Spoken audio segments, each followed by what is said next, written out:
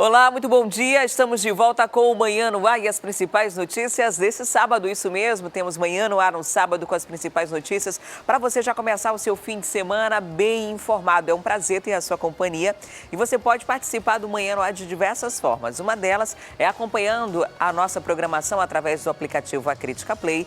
Pode também ir lá no nosso Facebook, no Facebook do Manhã no Ar, deixar o seu recadinho. Aqui é o aplicativo para você baixar e fazer o download tanto no sistema Android ou iOS, ele é gratuito e tem esse número, anota aí, é o nosso WhatsApp, 99291-2167, 99291-2167. Estou aguardando a sua interação, a sua participação aqui no Manhã no Ar de hoje.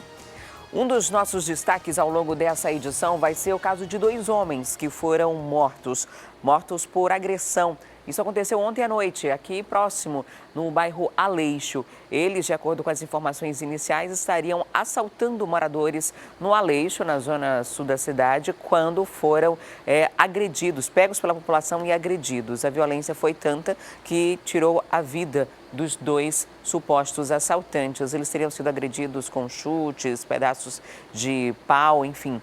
Daqui a pouco a gente vai trazer outros detalhes desse caso, que é apenas um dos casos da área policial que impressionam hoje. A gente também vai falar ainda do caso daquele garoto que faria 14 anos essa semana e que acabou morrendo depois de uma briga com adolescentes que estudavam na mesma escola. A família agora, claro, pede justiça, está muito revoltada, muito abalada. Esse é o garoto que acabou morrendo. Ele tinha 13 anos quando aconteceu a agressão, estava na expectativa de ainda comemorar o aniversário no dia 1º, mas foi o mesmo dia em que ele morreu depois de ter sido agredido por colegas de escola, por meninos que estudavam na mesma escola que ele, depois de terem se envolvido em uma briga que aconteceu no estacionamento de um supermercado. Daqui a pouquinho a gente vai trazer os detalhes desse caso também.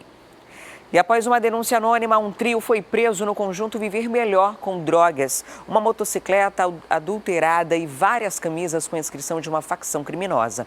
Um dos presos é suspeito de comandar o tráfico na área.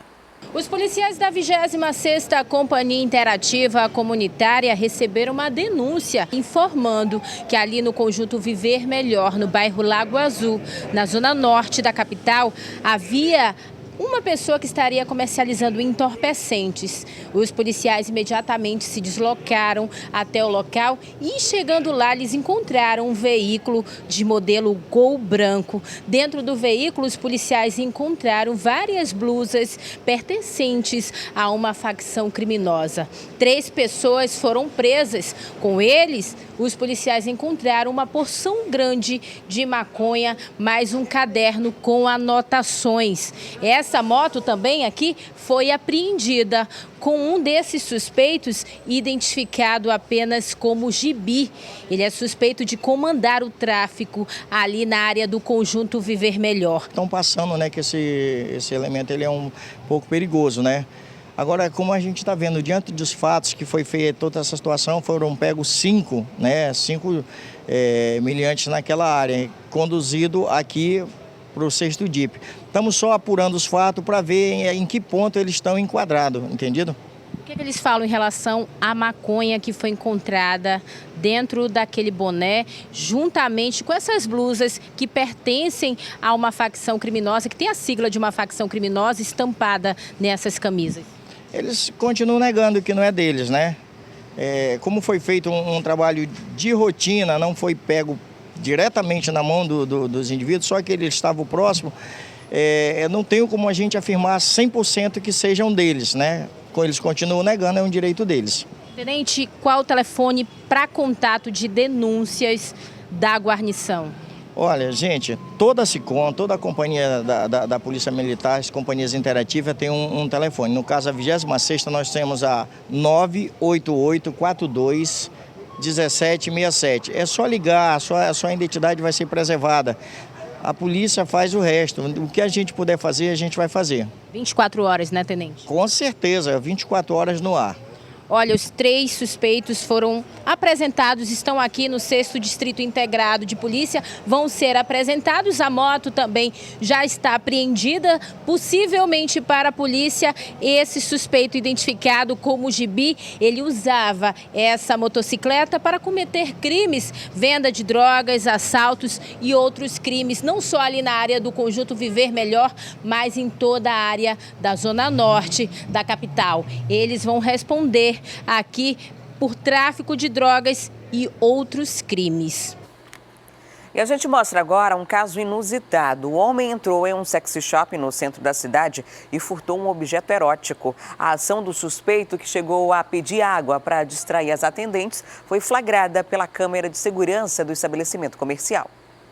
Não se surpreenda. Mesmo no mundo da criminalidade, existem várias vertentes. Tem aquele tipo de criminoso que rouba, furta celulares, dinheiro, cartões de créditos, veículos e por aí vai. Só que tem um tipo de criminoso que quer fazer, sabe o quê? Vem cá. Realizar as fantasias sexuais. Não tem o dinheiro para comprar o produto e aí surge a ideia de praticar crimes. Sabe onde? Aqui, olha só. Em uma loja de sex shop. Um homem veio até o local já com esse pensamento, com essa ideia de furtar um objeto aqui de dentro desse estabelecimento comercial. Só que para isso, ele estudou todo o cenário, passou por esse corredor. Exatamente aqui, ele viu o bebedouro e os produtos eróticos aqui na parte de cima. E com certeza deve ter pensado, vou colocar o meu plano em ação. Ele voltou, conseguiu entrar na loja, driblou as funcionárias. O que ele não sabia é que toda a ação criminosa foi registrada pelas câmeras de vigilância do local. O sujeito entra na loja, depois de pedir para olhar alguns produtos, vai até o bebedouro. Estaria o criminoso com sede ou é apenas um artifício para distrair as vendedoras? Entre um gole e outro de água, ele analisa as peças e rapidamente pega uma caixa e guarda entre a mochila e as costas. Observe o movimento preciso e rápido. Na parte inferior da tela, é possível vê-lo escondendo o produto. Em seguida, ele sai da loja com o furto concretizado. O prejuízo da proprietária aqui do estabelecimento, R$ 280. Só que esse criminoso não é tão esperto assim, porque ele acabou deixando rastros pelo meio do caminho e foi justamente aí que uma moça que trabalha aqui no local acabou descobrindo que o produto erótico, uma prótese peniana, tinha sido furtada. Naquele primeiro momento, a senhora nem chegou a desconfiar desse sujeito? Não cheguei a desconfiar não, porque vem várias pessoas aqui, né, atrás do produto. Eu pensei que ele quisesse fazer uma compra normal. Como descobriu que ele tinha furtado a loja? Depois que ele saiu, ele foi para outro sex shop e ele subiu e pegou a caixa do produto, pegou o produto, colocou dentro da bolsa a caixa e jogou no outro banheiro em cima, que aqui é uma galeria, né? E ele saiu em seguida. Aí foi quando o outro rapaz funcionário pegou a caixa de outra loja, do outro sex shop e trouxe pra mim. Aí ele perguntou se esse produto era meu. Aí eu falei que sim. Aí foi como nós fomos olhar pela câmera e a câmera tá... Aí nós fomos ver, né, que eles tinham roubado. Tinha furtado o objeto. E ao que tudo indica, esse criminoso não queria vender o produto, até porque ele se livrou da caixa que foi recuperada. Olha só o tamanho dela. O que a proprietária aqui do local quer é mostrar para todo mundo a imagem desse homem que entrou aqui no local sorrateiramente e acabou furtando esse produto caro e deixando um grande prejuízo para todos que trabalham aqui, furtando essa prótese peniana. E uma adolescente de 17 anos foi estuprada por um mototaxista. O crime ocorreu no Jorge Teixeira, na Zona Leste, logo após a vítima sair da igreja. A vítima é uma adolescente de 17 anos. O crime ocorreu quando esta jovem saía da igreja, no bairro Jorge Teixeira, lá na quarta etapa do bairro Jorge Teixeira, na zona leste da cidade. De acordo com o que divulgou a Polícia Civil por meio de nota, este crime ocorreu na Avenida Mirra. Esta adolescente saiu da igreja, chamou um mototaxista para levá-la até a casa de uma prima. E foi neste trajeto que o crime ocorreu. De acordo com o que relatou a vítima no registro feito no 19º Distrito Integrado de Polícia, no momento em que ela subiu na moto, o mototaxista se dirigiu até o endereço indicado, mas no meio do caminho ele mudou a rota. Foi para um local deserto, onde ele cometeu a violência, os abusos, o estupro.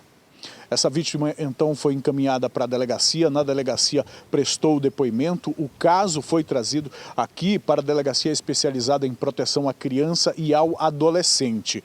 A Polícia Civil não divulgou mais informações e, na nota, disse que isto é para que as investigações não sejam atrapalhadas. Ainda não há informações sobre a identidade deste mototaxista e se, de fato, ele pertence à categoria ou apenas estava disfarçado de mototaxista para cometer crimes. A vítima agora, depois de registrar o crime, recebe o acompanhamento que vítimas desse tipo de caso recebem e agora a polícia continua investigando mais esse estupro. E ontem a gente mostrou aqui no programa o caso de uma mulher de 28 anos que ficou em cárcere e foi espancada pelo ex-companheiro.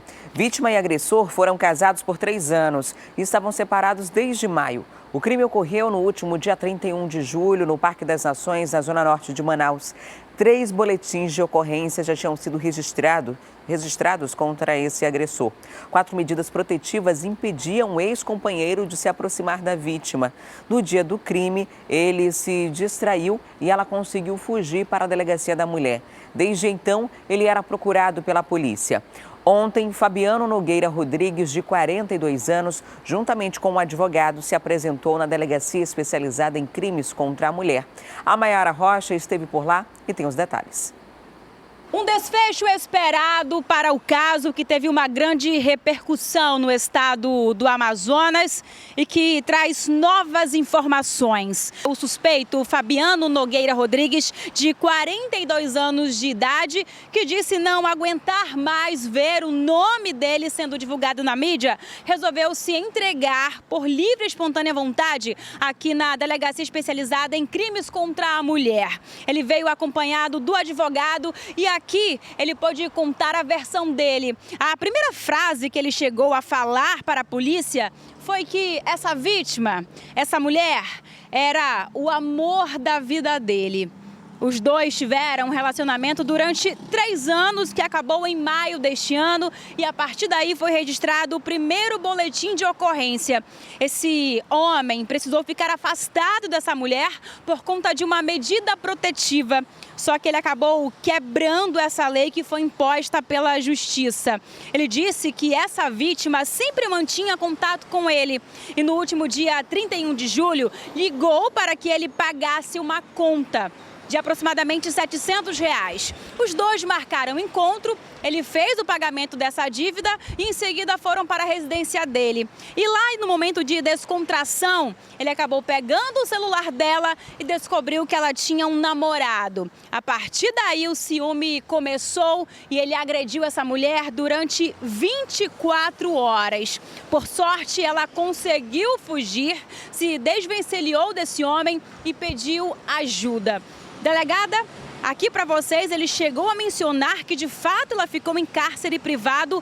Por qual motivo? O motivo que ele encarcerou ela foi para que ninguém visse as marcas, tanto no rosto quanto no corpo, porque ele deixou ela desfigurada, tanto no rosto quanto no corpo, e ele não queria que ninguém visse para ele não ser preso, porque ele sabia que ele estava descumprindo medidas protetivas. E ele sabia que também aquela tortura e o cárcere privado o levariam à prisão, e ele estava com medo de ser preso em flagrante. Delegada, nada justifica essas 24 horas de agressões, mas aqui ele acabou contando a versão dele. Ele quebrou a medida, mas ela também o procurava. Como é que a lei entende esse tipo de relacionamento? O correto era não dar atenção, ele não deveria dar atenção de maneira alguma, ele poderia até registrar um boletim de ocorrência informando que a vítima estava entrando em contato com ele. Mas ele entrou em contato com ela, descumpriu a medida protetiva, ele já tinha descumprido 2 vezes a medida protetiva antes, perseguindo, ameaçando ela o tempo todo, e nesse dia,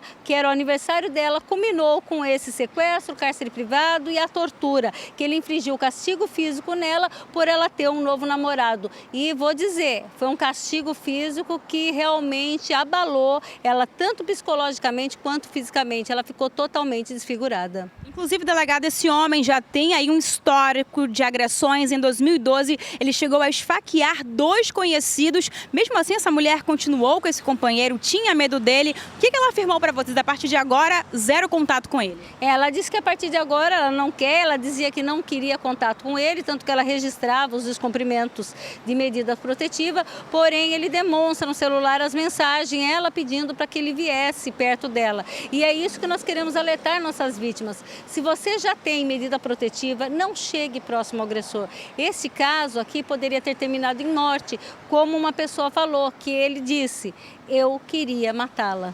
Então, ele falou para uma pessoa íntima que ele queria matar ela. E a polícia prendeu ontem uma mulher de 37 anos apontada como líder de um esquema criminoso que causou um prejuízo de mais de R$500 mil a uma agência de turismo aqui na capital. A gente chegou a noticiar esse caso aqui no Manhã no Ar. Essa mulher é ex-funcionária dessa agência de turismo. Ela se apresentou na delegacia e foi presa temporariamente em cumprimento a um mandado de prisão que existia em nome dela. Segundo a polícia, o esquema criminoso acontecia desde 2006 e envolvia mais 2016, e envolvia mais 3 ex-funcionários da agência. O grupo emitia bilhetes aéreos para terceiros e zerava as operações no sistema para que o valor não contasse no controle financeiro da empresa.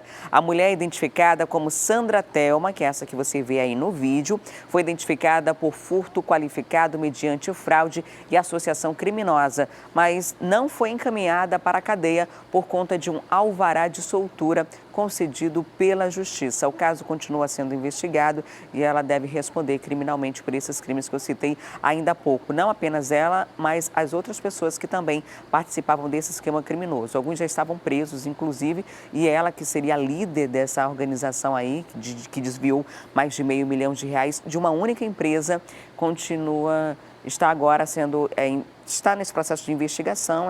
Estamos aí, então, portanto, aguardando o que deve acontecer, já que ela vai responder criminalmente.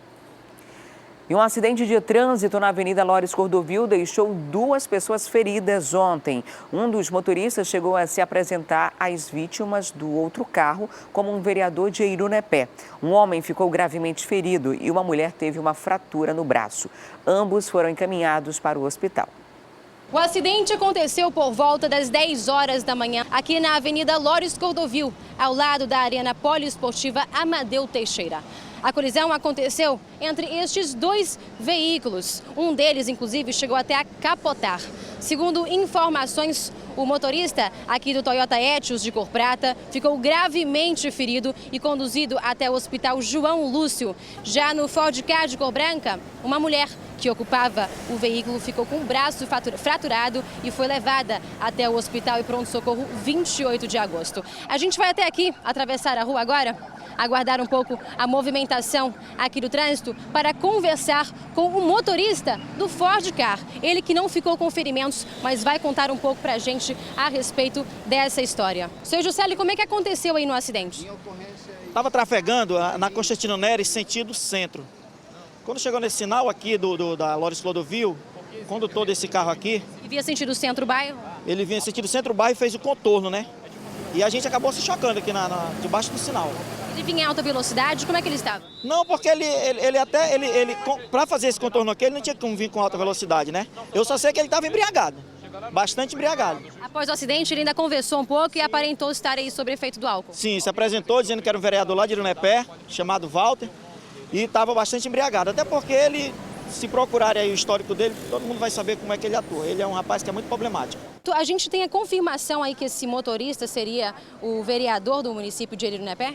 Não foi detectado nenhum documento com foto para dizer que ele era o vereador de Arunapé. Somente que um dos condutores, na conversa com o mesmo, ele se identificou como o senhor Walter, vereador de Arunapé. Mas nenhum documento ele não apresentou como sendo vereador de lá e nenhum documento foi encontrado. Principalmente daqui da condução do veículo, a CNH e nem a própria documentação do veículo. Não foi encontrado nada.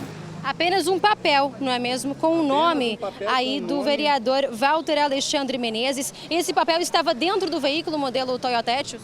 Justamente, esse é o único papel de um escritório de advocacia com esse nome.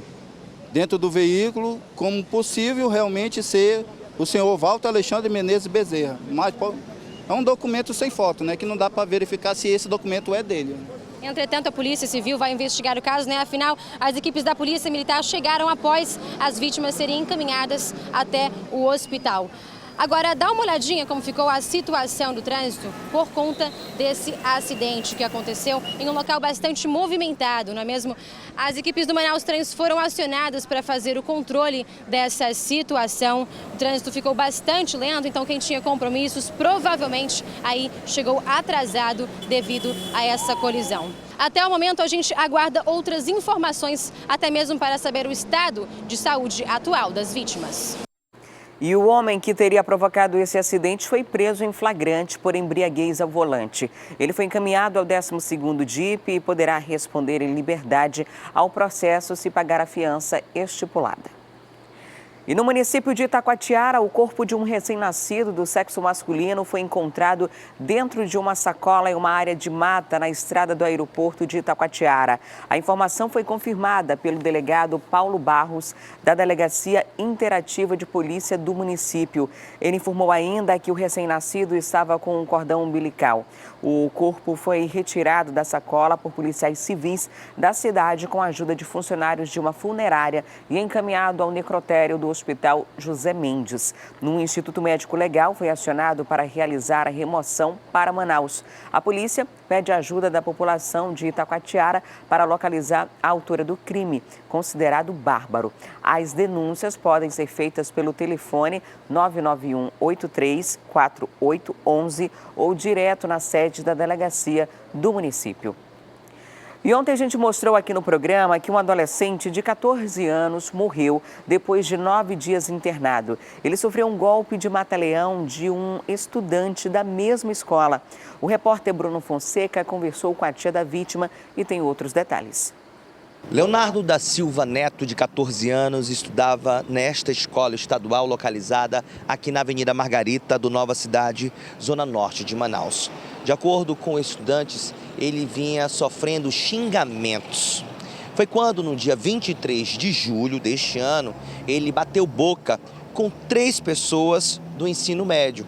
Ele cursava o 8º ano. Quando deu a hora da saída, ele foi até um supermercado. Leonardo veio para este supermercado localizado bem próximo à escola. Ele veio lanchar, só que ele não esperava encontrar os 3 estudantes em que ele não tinha um bom relacionamento. Um desses estudantes, de 17 anos, chegou próximo a Leonardo e, de acordo com estudantes que falaram e relataram à polícia, ele foi levado até o estacionamento do supermercado e foi agredido por esse rapaz de 17 anos. Foi quando ele levou um golpe de mata-leão. Aí, como eu vi que ele estava com o rosto inchado, eu perguntei, Neto, quem fez isso contigo? Aí ele falou, e ele falou o nome do aluno, que é menor, né? Eu estava brincando no corredor, aí eles disse que sempre brincavam disso, de tapa, né? E o menino deu uma tapa nele, ele revidou. Aí o menino falou bem assim, eu vou te pegar lá fora. Ele achou que era brincadeira. Porque xingando a mãe também? Se ele se sentisse ameaçado, o pai dele trabalha do outro lado. Ele tinha ido, pai, o menino quer me pegar. Mas ele disse, não, eu pensei que ele estava brincando. Aí ele foi. Ele disse que quando ele estava na praça de alimentação, que acho que ele foi para o banheiro, né, que foi ali perto do banheiro, ele disse, na porta da saída. Ele disse que o menino pegou e atracou ele. Não deu para ele ver quem estava atrás, ele só viu esses 2 meninos. O que enforcou disse, aí eu bodo ele, eu bodo. Aí o menino disse, boda. Aí ele disse que ele já não lembra mais de nada. Ele disse, tu não lembra se te bateram, se tu caiu, bateu tua cabeça? Ele disse, não, tio, eu não lembro. Aí só pedia pra gente deixar ele quieto. Leonardo foi diagnosticado com lesão no globo ocular e uma infecção bacteriana. Ele chegou a passar ainda por 3 unidades hospitalares, mas não resistiu e acabou morrendo no dia 1º de agosto, quando completava 14 anos de idade. A gente viu que ele estava mal, estava vomitando, ele escarrava sangue, aí eu levei ele para a SPA, né? Que era mais próximo aqui, ele estava com febre. Aí eu cheguei lá e disse, olha, meu sobrinho foi agredido, ele foi enforcado e após o enforcamento ele ficou com o rosto inchado. E aí o médico falou, olha, aqui a gente não resolve esse caso, leva ele para o Joãozinho. Aí a gente não tinha como ir para o Joãozinho, a gente foi para o Danilo Correia, que lá também tinha médico, né, especializado nisso. Aí o médico atendeu ele, passou um exame de sangue, de urina e passou ibuprofeno. Deu 3 dias de atestado para ele, doutor Max Pessoa. Ele deu 3 dias de atestado para ele e disse que ele estava bem, mandou para casa. Aí quando ele veio para casa, ele começou já a não fazer muito movimento, não queria mais falar, começou a parar de falar. Aí eu disse, ele não vai sobreviver se ele continuar assim. Eu disse, vamos levar ele para o Joãozinho. Aí eu peguei e levei minha cunhada para o Joãozinho, deixei ele lá. E o Joãozinho marcou um raio-x facial, bateram o raio-x, disseram que era para continuar dando ibuprofeno e liberaram ele mais uma vez, pela 3ª vez. Eu só quero que façam alguma justiça, alguma coisa, porque isso não pode ficar assim. Um menino de 14 anos que queria ser engenheiro mecânico e, segundo a família, ele queria consertar o mundo.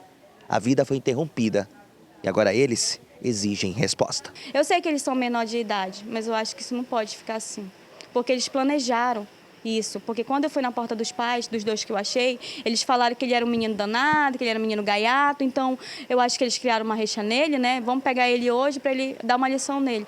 Mas não justifica, ele era uma criança, e era uma criança muito querida, não foi à toa que ontem isso aqui ficou lotado, ele não era nem um vagabundo, nem um pilantra, não. Isso era uma criança e era aniversário dele. Na sexta-feira no SPA ele disse, tia, tá chegando meu aniversário, é dia 1º. Era pra gente estar cortando um bolo aqui, não velando um corpo. Muito forte, né, essa declaração, e é algo que impressiona muito, esse tipo de violência descabida que acontece entre adolescentes e que acabou vitimando esse menino, né?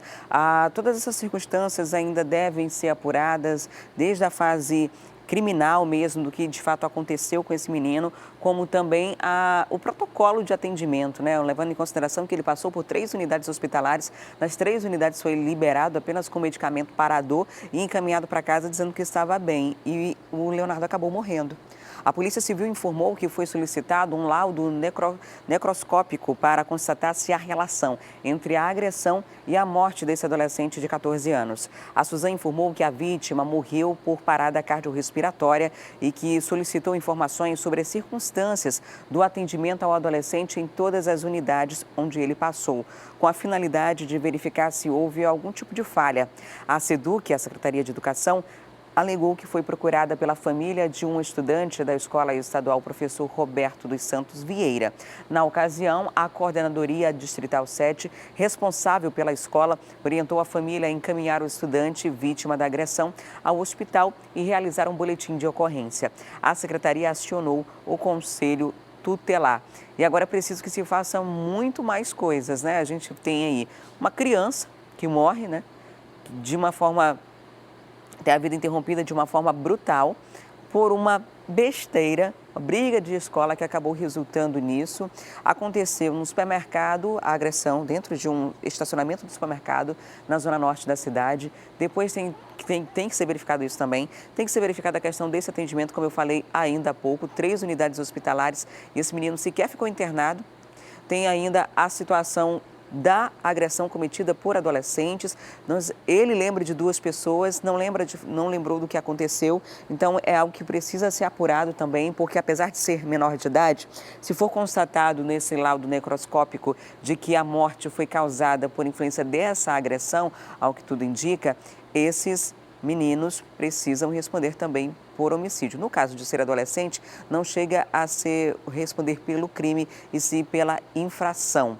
E o que acontece é numa prisão de no máximo 3 anos. Ainda que seja uma infração análoga a homicídio, raramente um adolescente detido, apreendido, fica 3 anos preso. Mas é o que a lei prevê por se tratarem de adolescentes. A gente não sabe a idade dos demais que estariam participando dessa agressão junto com esse menor de 17 anos. E a gente se solidariza com a família do Leonardo, é um momento muito triste. Imagina uma mãe ter no mesmo dia em que a criança nasceu, há 14 anos, morrer nessa mesma data é algo extremamente triste, lamentável, que a gente se solidariza junto e vai continuar acompanhando essa história. E olha só, nessa mesma escola onde estudava esse aluno que morreu, do caso que a gente acabou de exibir, um outro estudante de 12 anos também foi agredido. E segundo a família da vítima, a agressão foi dentro da escola. Esse é mais um caso de violência registrado na Escola Estadual Roberto, professor Roberto dos Santos Vieira, que fica na zona norte da cidade. Esta violência, esta briga entre estudantes teria ocorrido na quarta-feira passada, entre um estudante de 12 anos de idade, que seria a vítima, e um colega dele, um também adolescente, só que um pouco mais velho. O caso veio parar aqui na delegacia especializada em atos infracionais e, de acordo com a mãe desta vítima, o adolescente teria sido agredido com socos e pontapés. O menor, mais velho, começou a bater no meu filho devido porque ele amassou o papel e socou ele, deu chute, ainda arranhou ele com a tesoura. Meu filho chegou todo vermelho em casa e não queria contar, ele só contou porque minha irmã sentou com ele e começou a conversar. Chegou todo marcado. Esse ferimento na altura do cotovelo, com licença, neném, faz parte das agressões sofridas por esse adolescente de 12 anos na quarta-feira passada. Obrigado. A gente não pode identificá-lo naturalmente por ser adolescente e por ser um caso de violência e uma violência ocorrida dentro da escola. Há hematomas por outras partes do corpo. E, de acordo com esta criança, com este adolescente, no intervalo do primeiro para o segundo tempo, é o momento em que um professor sai da sala e o outro entra.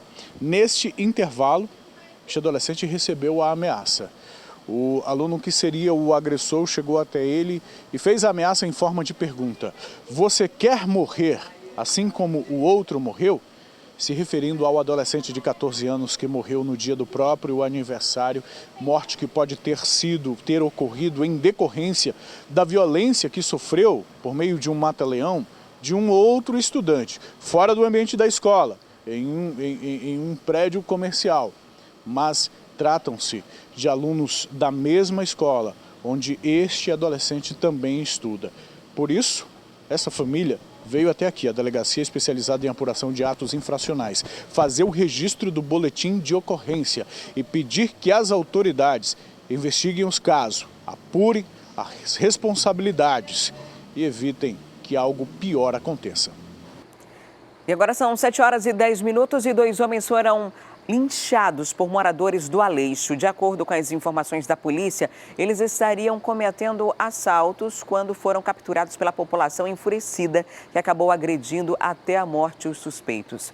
A repórter Rosiane Chagas está ao vivo e tem os detalhes para a gente desse e de outros casos que aconteceram na noite de ontem. Olá, Rose, muito bom dia para você. Conta para a gente esse caso específico do Aleixo. Esses homens, eles foram agredidos e também baleados? Oi, Adriane, bom dia para você, bom dia para todo mundo que está acompanhando o Manhã no Ar nesse momento. Olha, eles foram sim baleados, né, durante o momento que estavam sendo espancados aí pela população. Esse caso ele aconteceu por volta das 6h30 de ontem, né, dessa sexta-feira, aqui no bairro Aleixo, na zona centro-sul de Manaus, na rua Travessa. Segundo testemunhas, esses dois suspeitos, eles estavam tentando aí assaltar outras duas pessoas nas proximidades dessa rua. Foi aí que a população, né, viu a ação e começou então a partir para cima deles, começaram então a agredi-los, a espancá-los. Eles foram atingidos aí por vários chutes, perna manca e também foram atingidos aí por disparos de arma de fogo. A ROCAM, né, a Ronda Ostensiva Cândido Mariano, esteve no local, os policiais chegaram e eles já estavam baleados, já estavam bastante agredidos e também já haviam, né, sido atingidos por esse disparo de arma de fogo, portanto não adiantou a chegada da polícia. Eles acabaram então morrendo. As duas vítimas, né, as supostas vítimas dessa tentativa de assalto que eles estavam tentando cometer ali no bairro Aleixo não foram identificadas pela polícia, mas está aí esse caso, né, a população revoltada acabou então linchando esses dois suspeitos que estavam tentando cometer assaltos aqui no bairro Aleixo, na zona centro-sul. Tá certo, Rose. Muito obrigada pelas informações, mas esse não foi o único caso que aconteceu ontem à noite, né? Tem outros registros da área policial? A gente tem, Adriane, mais 2 casos que aconteceram no bairro Cidade Nova. Um deles impressiona bastante, porque foi ali na Avenida Nepal, que é uma das mais movimentadas do bairro Cidade Nova, e um grupo criminoso chegou armado, né? Um grupo criminoso composto aí por 20 suspeitos, segundo a polícia e também segundo testemunhas, e eles chegaram nessa região aí da cidade, na Avenida Nepal, atirando contra várias residências, contra os moradores, e aí 3 homens foram atingidos pelos disparos desse grupo criminoso. Os homens, a gente tem o nome deles aqui, é o Valdeci Rodrigues de Castro, o Jackson Ney Alves de Nascimento e o Lucas Márcio dos Santos Carneiro.